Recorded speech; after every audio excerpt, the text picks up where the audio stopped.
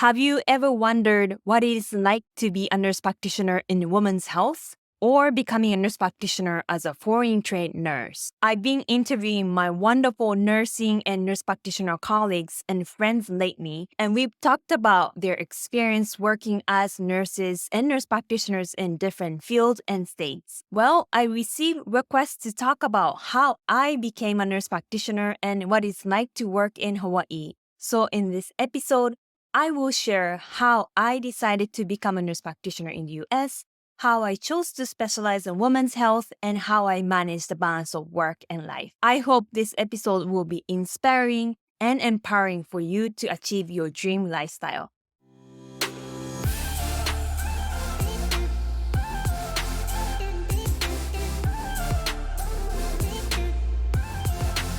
Aloha, I'm Miki Miura, a family nurse practitioner in Hawaii. I've been a nurse practitioner for 10 years, and I absolutely love being a nurse practitioner and the lifestyle that Korea has given me. My passion is mentoring nurse practitioner students and new grad nurse practitioners to build amazing careers so that they can have the freedom of choice on what they want to do and how they want to live. All right, let's get into it. This episode is based on requests from the audience of my YouTube channel. In this episode, I'm gonna talk about what it's like to be a nurse practitioner in Hawaii, working in women's health, and how I decide to become a nurse practitioner in the United States. If you are new or newer to my channel, welcome to JNP Project. I'm Miki Miura, a family nurse practitioner in Hawaii. I was born and raised in Japan and moved to the United States, specifically Hawaii, when I was 25 years old to become a nurse practitioner.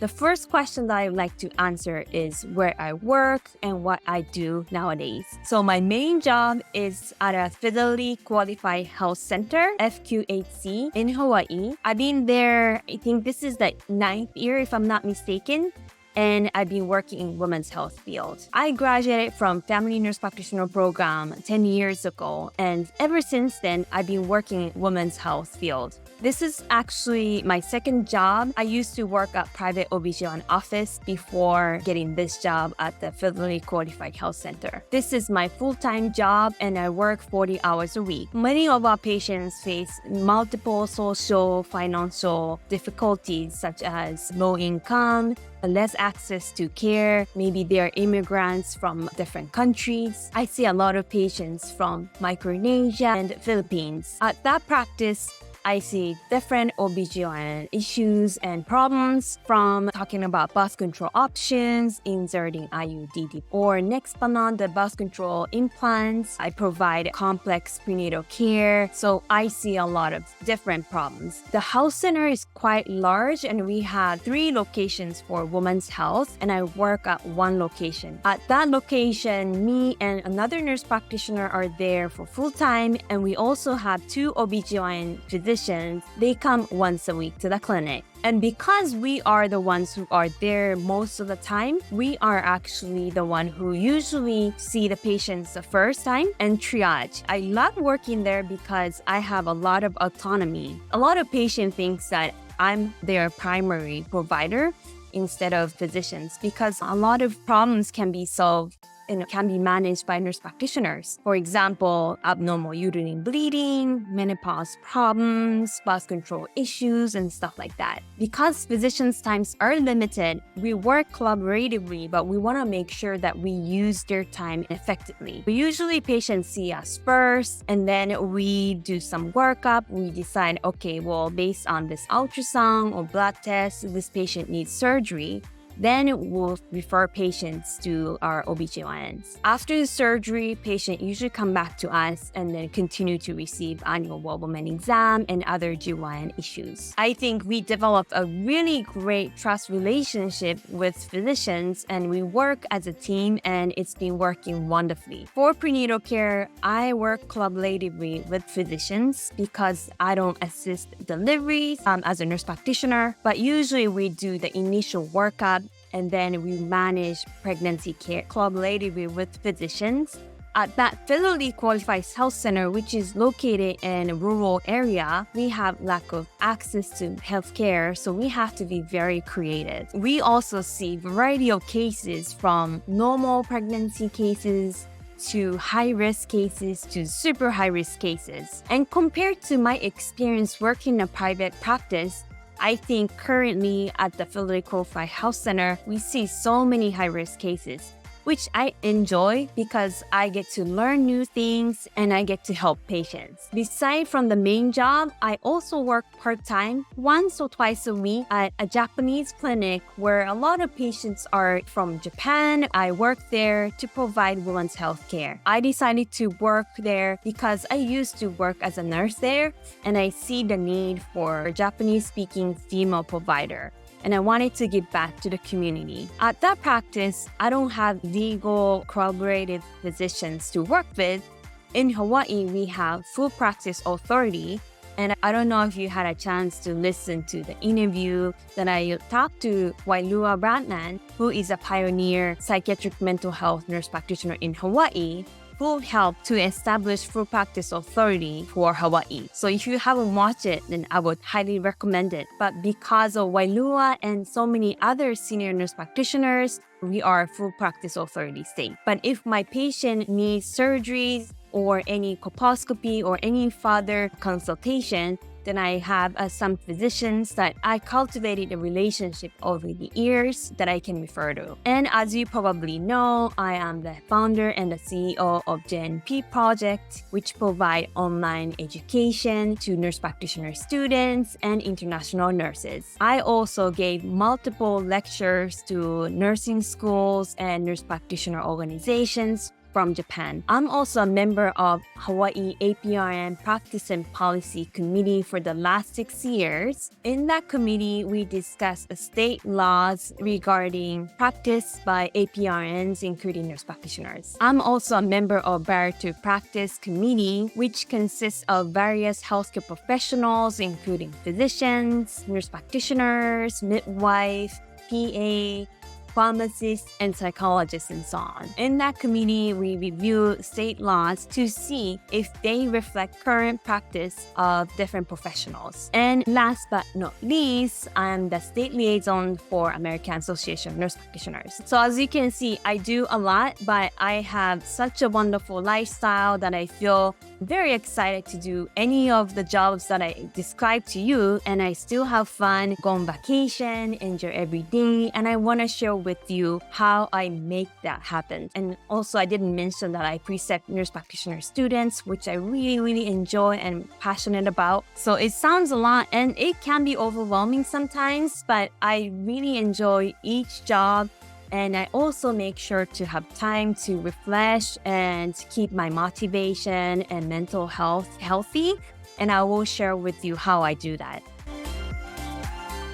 Second question I would like to answer is how I decide to become a nurse practitioner. So first time I heard about nurse practitioner profession was when I don't know if I was still in a nursing program in Japan or right after I graduated, but we had a guest speaker who was an alumni from the same school in Japan, but moved to the United States and became a neonatal nurse practitioner. And when she shared what she does as a nurse practitioner, it really clicked and made it clear that's what I want to do. I love being a nurse. I love spending time with patients and their family and empowering them. But I also wanted to take a leadership role. So nurse practitioner job sounded perfect for what I wanted to do. And I decided to move to the United States because a couple of things. Well, first of all, my father graduated from a graduate school in the United States.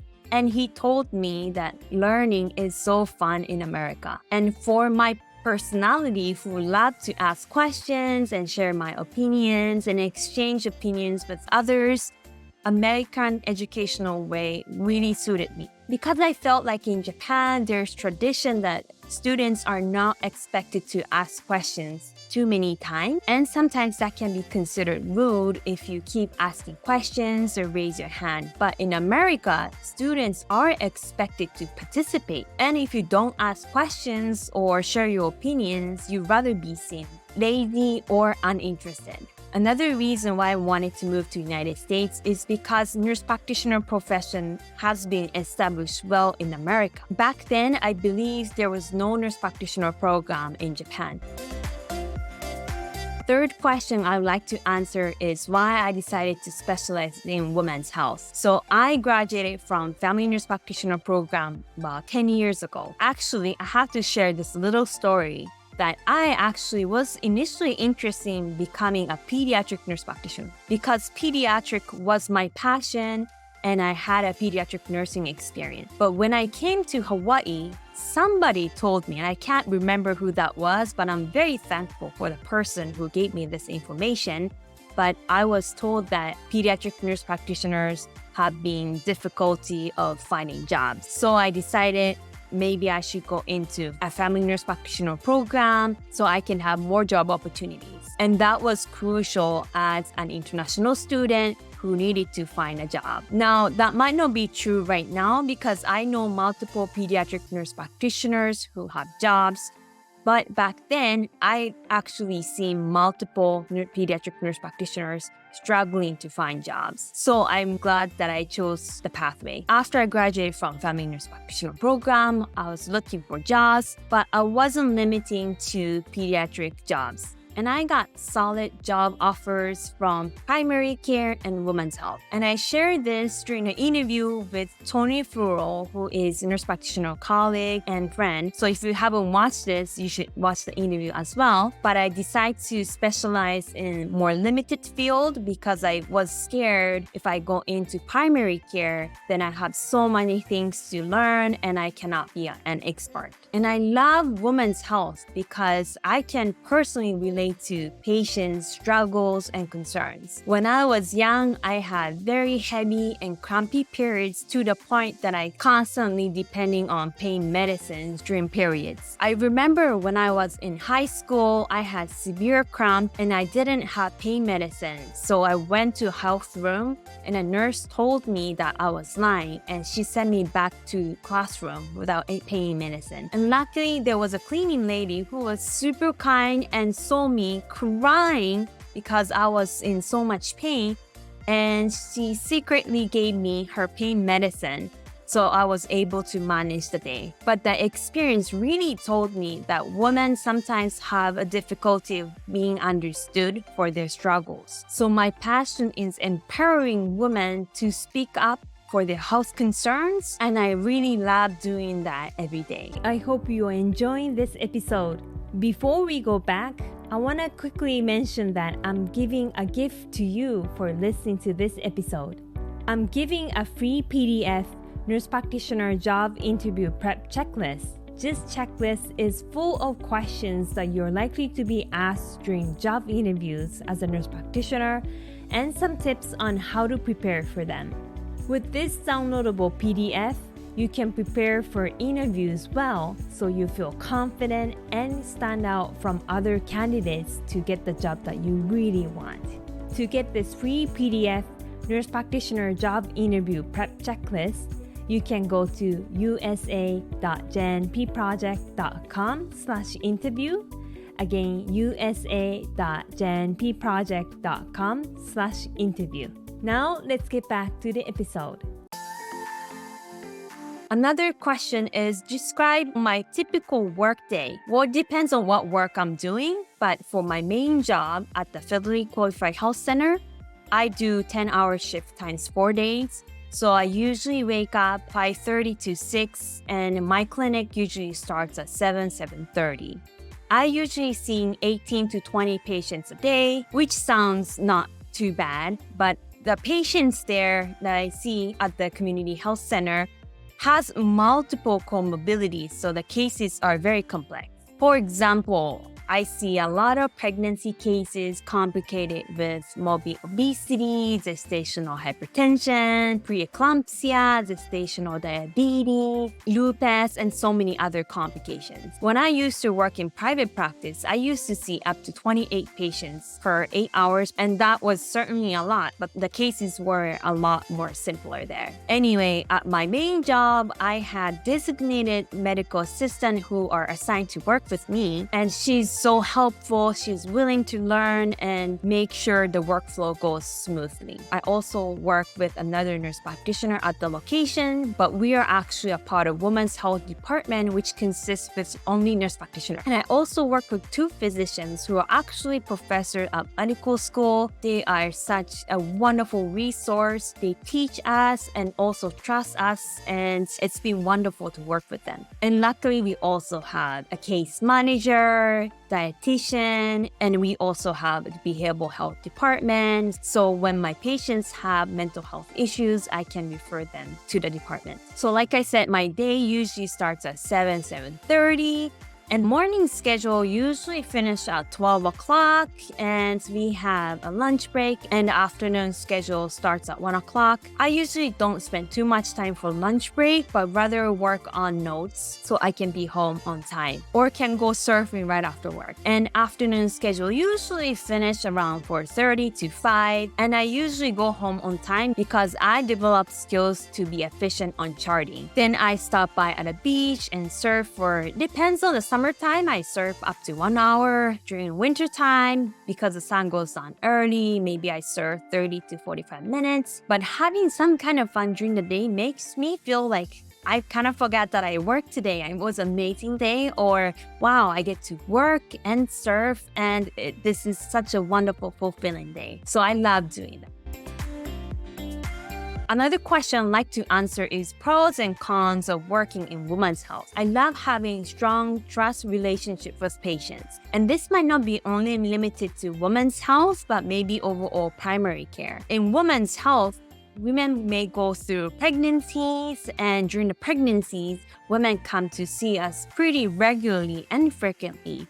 And then also they may get pregnant again and then again. And so I feel like I'm part of their life throughout their lifespan. And when patients refer their sisters, their daughters, their mothers, their families, or co-workers to see me, I feel like I'm doing something right. And that's also part of working in community health, which I love. Another thing I love working in women's health is that I can be a part of support system for women for overcoming problems that they feel ashamed of sharing with others. For example, I saw a patient who is 65 years old. She hasn't been sexually active for a while, but recently she started seeing somebody. And she resumed sexual activity after many years of no activities at all. But she faced problems and she was struggling. She even told me that if she cannot solve the problem, she will break up with her boyfriend and not gonna see anybody until she dies. And I was so happy to tell her there are so many solutions that she can utilize, and I'll be happy to help. And I feel like women's health is very special because patients share their very intimate, private issues with me, and the trust relationship is strong. And of course, we have to pay very close attention to the privacy concerns and take their concerns very seriously. And for the cons, I honestly can't really think of cons, to be honest, because I just love being in women's health.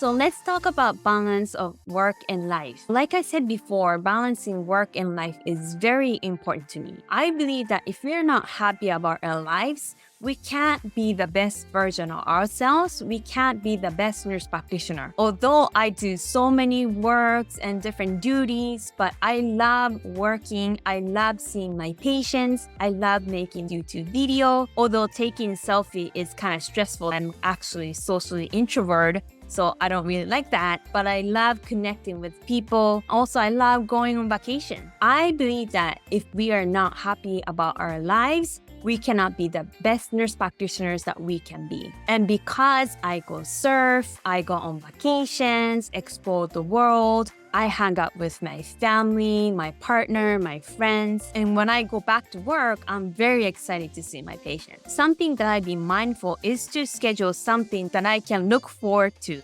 regularly. And that can be vacations, that can be surf sessions, and that can be night out with friends. But I try to do so regularly. So for surfing now, I surf at least 2, 3, 4 times a week. And when I was going to DNP program and working full-time, I was surfing at least once a week because I knew that mental health is so important for my performance. And if you don't surf, that's okay. Although surfing is something that I would recommend if you live near the ocean and if there are some waves. And if you haven't watched the episode about surf sessions, you should watch that. But you can do whatever you like. It can be yoga, you can go out for a walk. If you love running, that's fine too. But making time for ourselves is extremely important. We as nurses and nurse practitioners, we take care of others. But I truly believe that we really need to take care of ourselves first so that we can take care of others better. Next question is, how did you overcome language barriers? So when I was in Japan, my English was slightly better than average Japanese students. I didn't come to United States until I was 25 years old. My father went to graduate school in the United States, but we didn't talk in English at home. I think what helped me the most is I just went to nursing program, nurse practitioner program in the United States and put myself in a situation that there is no option other than learning English to survive. And I asked my teachers questions, my friends questions, and I asked my partner to give me feedback if I say something wrong, which he still do, and it's been very, very helpful. So I was actively seeking feedback. Advice that I will give to nurse practitioner students or new grad nurse practitioners, well, there are a lot. That's why I make multiple episodes on how to look for a job, how to do interviews well, how to prep for clinicals. But one thing I want to mention here is be proactive for clinical rotations. Once you find preceptors, you should email them and ask them, what kind of topic should I study before going to the clinic? Because without basic knowledge, you can't really learn much in the actual clinical settings. As a graduate student, you need to be self-directed learner, which is new to many of you, and it was new to me as well. But that's how it's gonna be even once you become a nurse practitioner. I still learn new things every day. I look at articles, I look at journals, I look at websites to learn, and that's a fun part of being a nurse practitioner.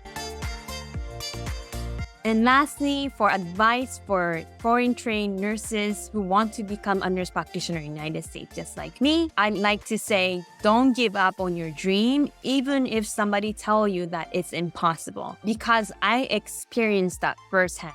Within a few months after moving to the United States, I was told by a Japanese nurse who'd been working as a nurse in the United States that it's impossible to become a nurse practitioner in the United States. When I was told that, I was so bummed.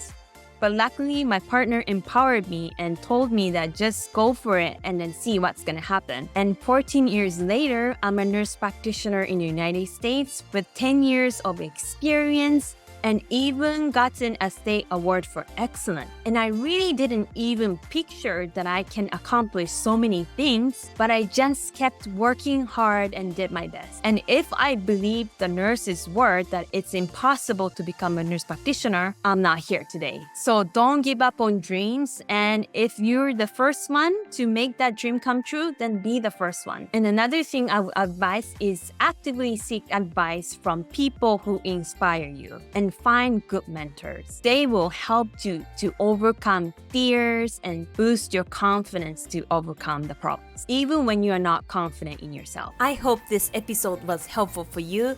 If you like this episode, please give me a thumbs up and subscribe to my channel. I upload episode every Friday. If you have any requests for future episode, please write down in the comment section. Alright, I'll see you in the next episode. Take care. Aloha.